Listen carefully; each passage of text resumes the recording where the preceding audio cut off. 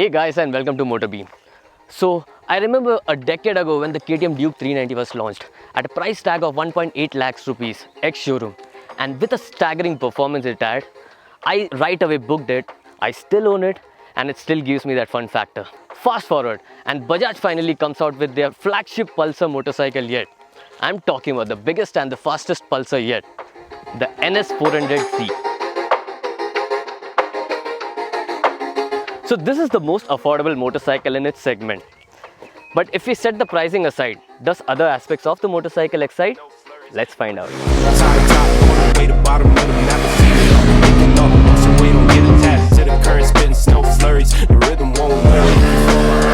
I'll start with the most hot topic.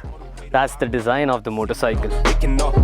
So this looks almost identical to the NS200, and at first glance you might even confuse the two. However, there are few notable changes made to the motorcycle. So at the front you get this all new design, projector LED headlight with lightning bolt like DRLs, and to the people who want to know what Z stands for, this.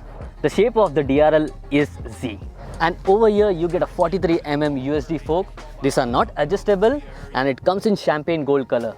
Coming down, you have this 110 section from MRF and a 320mm disc with 2 piston caliper from Grimeca. At the rear, you get this wider 140 section tire, a 230mm disc, and you get this box type steel swing arm. The tank shrouds have been extended to accommodate the bigger radiator, and below you get this carbon fiber texture which looks good. Also, they have scrapped the clip-ons and now it gets a tubular handlebar to give that naked Street Fighter look. It's the first Pulsar to get hazard lights. The switchgear is new and the layout is simple but not easy to operate with gloves on. The bike comes with an all-new fully digital color LCD speedometer with Bluetooth connectivity. There's a separate screen where you can view the trip meter and vehicle information. Additionally, you can change the ride modes and traction control settings.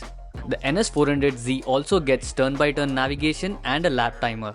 However, the display layout can make it difficult to read at times. It gets 4 colors: glossy racing red, Brooklyn black, pearl metallic white, and pewter grey.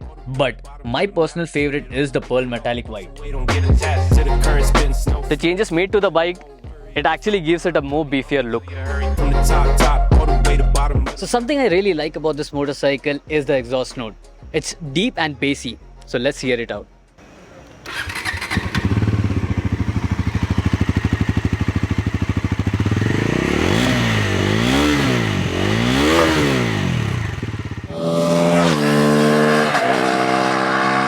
As for the ergonomics, I'm 5'5", and with a seat height of 807mm, I'm half tiptoeing, and as you can see, the position is sort of upright. I have to lean in a bit, but then it's a position I think will work for city riding and touring. So the ergonomics bit and all is done. Let's take this for a spin and see how it rides. I'm one up, I'm winning. I'm shooting my shot and I'm already grinning. You know that I'm one up, I'm one of your sending. You know you've been cutting, you know I'm ascending. Go take a look at the pen when I'm making my money. I just never end and I keep on my bosses. I'm over the bosses, I know where they cost and I'm sure where they can. So this one gets the same engine as the Dominar 400, producing 40 PS and 35 Nm of torque. But the NS400Z has gone on a diet and lost 19 kilos. It has a shorter wheelbase courtesy of a sharper rake angle and a revised swing arm with a shorter final drive. This has made the motorcycle a lot more playful. It accelerates better and changes direction easily.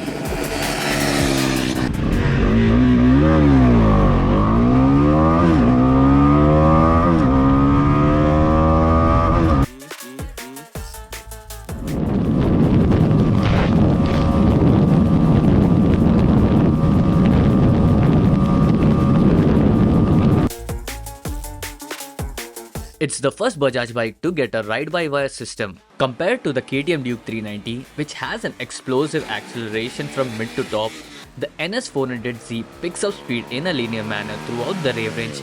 Being an already tried and tested engine, it's smooth, but there are some vibrations once you cross the 6000 RPM mark, but nothing that would be irritating. Ride comfort on the road is good. The suspension absorbs bumps really well, offering a plush ride. However, on the track, it had the opposite effect.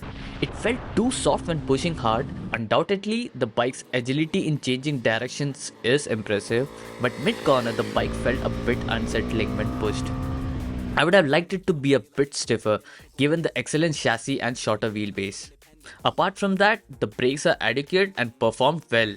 They have a progressive feel, and throughout the 5 laps on the track, I didn't experience any brake fade. One thing that was annoying was the low cornering clearance, which meant at extreme lean angles, the footpegs scraped a lot. The MRF tires, while adequate on the road, felt like the limiting factor on the track, along with the softer suspension setup.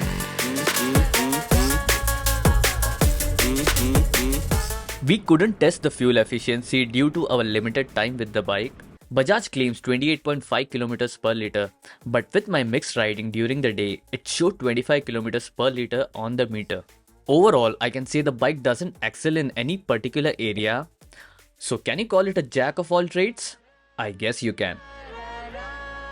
So after riding this motorcycle for a short duration on road and track, what I can say is that Bajaj has really done a good job with this motorcycle.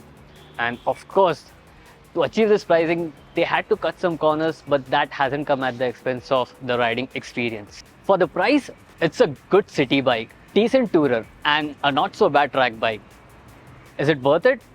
Well, it's a value for money proposition, and you should definitely consider it. So that's it from my side. Thank you.